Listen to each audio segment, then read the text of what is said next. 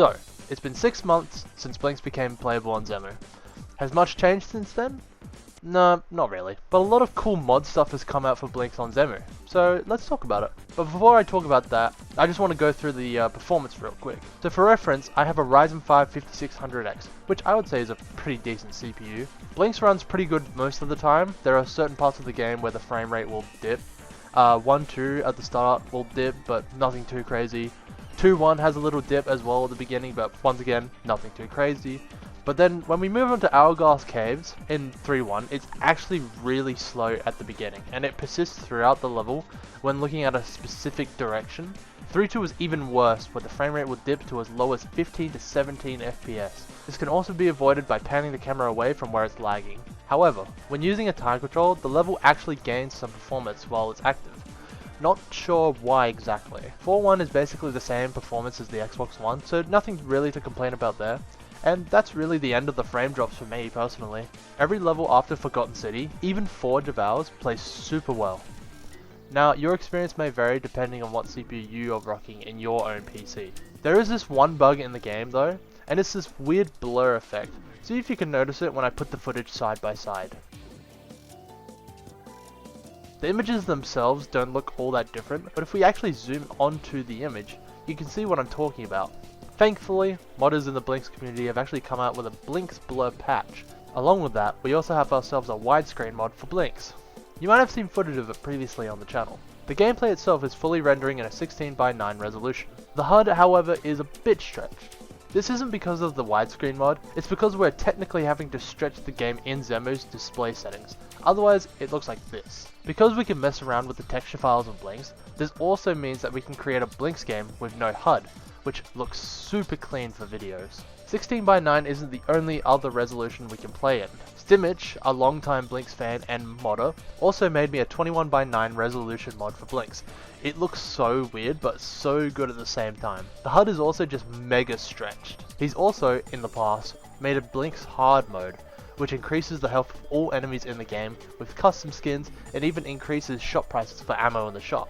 I'll most likely do a playthrough of it, but if you would like to watch some hard mode gameplay now, I'll leave a link in the description of his playlist. The hard mode has actually been a thing for a long time, way before Zemu became stable.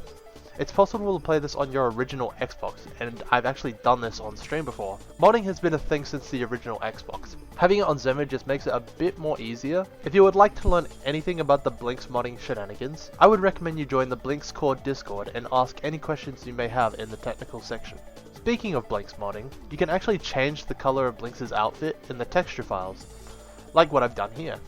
What I did was I renamed the original blue outfit to something different, while I changed the bright outfit to the name of the blue outfit originally, so that when the game code checks for the directory of the blue outfit, it grabs the bright outfit instead, because the file name is what it's looking for. This can be done with Blinx's pants, shoes, gloves, goggles, and more. You could even apply your own custom skin into a jacket if you wish to do so, but you need to delete a certain MIT file in the media folder before that happens. The game has these DDS files, and then there's the MIT files. The game will always check for the MIT files first. If the MIT files were to be deleted, it then checks for the DDS files. Player_com is the file that you want to delete before the custom skins can work. I made Blinx have a nice bright light blue jacket with some black gloves, pants, and boots. Hi, Dale from the future here. Just wanted to quickly come in and just say that we've recently updated the Zemu speedrunning rules in regards to texture modifications.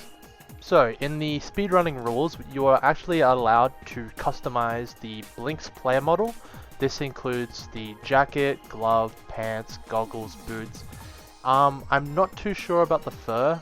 I would say that you're allowed to, just don't make it too crazy. I mean, if you wanted to, you could probably change the color of his fur to pink if you wanted to, but yeah. Only texture files to the Blinx model itself. No other modifications can be changed to time monsters, levels, and the HUD as well must not be touched at all. We're also allowing music pack changes, so if you wanted to put your own songs into the Blinx files, that can be allowed as well. Any modifications to enhance the game's performance is banned, so no widescreen mods at all, and that also includes the no HUD mod, because the HUD needs to stay on screen at all times. And of course, keep in mind that regarding modification, This may change in the future, so always just keep up to date if you're running on Zemu for Blinks. And yeah, that's it. See you later. Well, that's it for the modding section of the video, but I do have one more thing to talk about, and it's about the PAL version of Blinks on Zemu. So on my Zemu dashboard, we have the option to change from PAL to NTSC video modes. If anyone doesn't know, different parts of the world had different video modes. NTSC supported 60Hz, while PAL supported 50Hz. And I know I'm going to butcher this, but bear with me. So games made for NTSC will run either at 30 or 60 FPS depending on the game. But games on PAL only ran at 25 to 50 FPS. For a game like Blinks, the frame rate is tied to the engine of the game, which means if the frame rate dips, the game's speed dips as well. Some games like Crash Bandicoot actually have the PAL version run slightly faster so that it's not slower than the NTSC. I wanted to test out the PAL version of Blinks on Zemu to test out the 25 FPS. So here's the thing, Blinks PAL actually runs at 30 FPS in NTSC mode, but on the PAL video mode, Blinks actually runs at 35 FPS. This means that the game is advancing 5 more frames a second than NTSC. No idea why this happens, definitely a bug with Zemu I reckon, but it's kind of cool seeing this speed, definitely something that I'll stream for fun.